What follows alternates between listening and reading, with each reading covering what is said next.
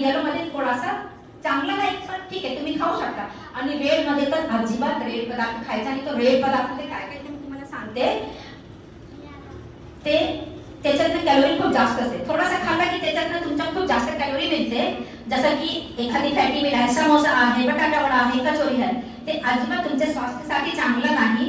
किंवा काही एखादी स्वीट वाला फ्रुटी आहे, कोको कोला आहे, हे सगळं रेड झोन मध्ये येतात. त्याला जास्त खायचं नाही. आठवड्यातून एखाद वेळेस कधी बाहेर गेले, हॉटेलमध्ये गेले, पिकनिक मध्ये गेले तर गोष्ट वेगळी, पण रोज खायचं नाही. तर हा झाला तुमचा ट्रॅफिक सिग्नल. आणि मग त्याच्यानंतर आला इंद्रधनुष. इंद्रधनुषचे 7 कलर कुठले आहे माहिती कोणाला? कोणीतरी एकाने सांगा. बोल बेटा. इंद्रधनुषचे 7 कलर इकडे.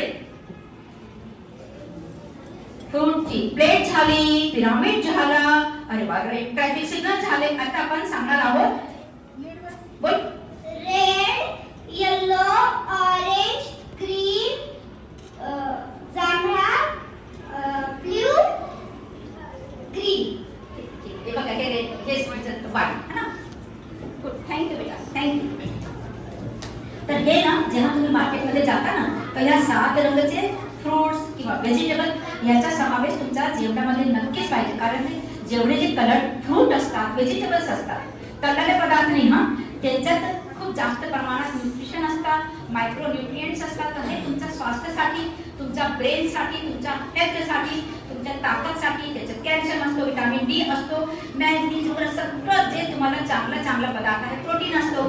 तुमचा दिमाग त्याच्याने चांगला राहतो, अभ्यासामध्ये जास्त मन लागतो, त्याच्यात खूप जास्त प्रमाणात आयरन असतात. तर जेव्हा पण तुम्ही फ्रुट्स घ्यायला, तुम्ही बाजारात जाता भाजीपाला घ्यायला, तर असा रंगबिरंगी पदार्थाचा समावेश तुमच्या भाजीपाल्याच्या थैलीमध्ये पाहिजेच पाहिजे. तर असं मी तुम्हाला आज सांगितलं गुड टच बॅड टच, मी तुम्हाला सांगितलं जंक फूड काय असतो, मी तुम्हाला सांगितलं शुगरचा कंटेंट किती जास्त असतो. मग मी मस्तपैकी फूडची प्लेट दाखवली, पिरामिड दाखवलं, इंद्रधनुषचे 7 कलर दाखवले आणि दाखवलं ट्रॅफिक सिग्नल. तर ह्याच्याने कसं तुमच्या मनात सगळं, कधी तुम्ही मोठे झाले ना की तुमच्या लक्षात राहील, अरे बापरे गुड टच बॅड टच मतलब मॅडमनी सांगितलं होतं आपल्याला ओरडायचं आहे, नो गो टेक अँड ये म्हणजे चिन्ह.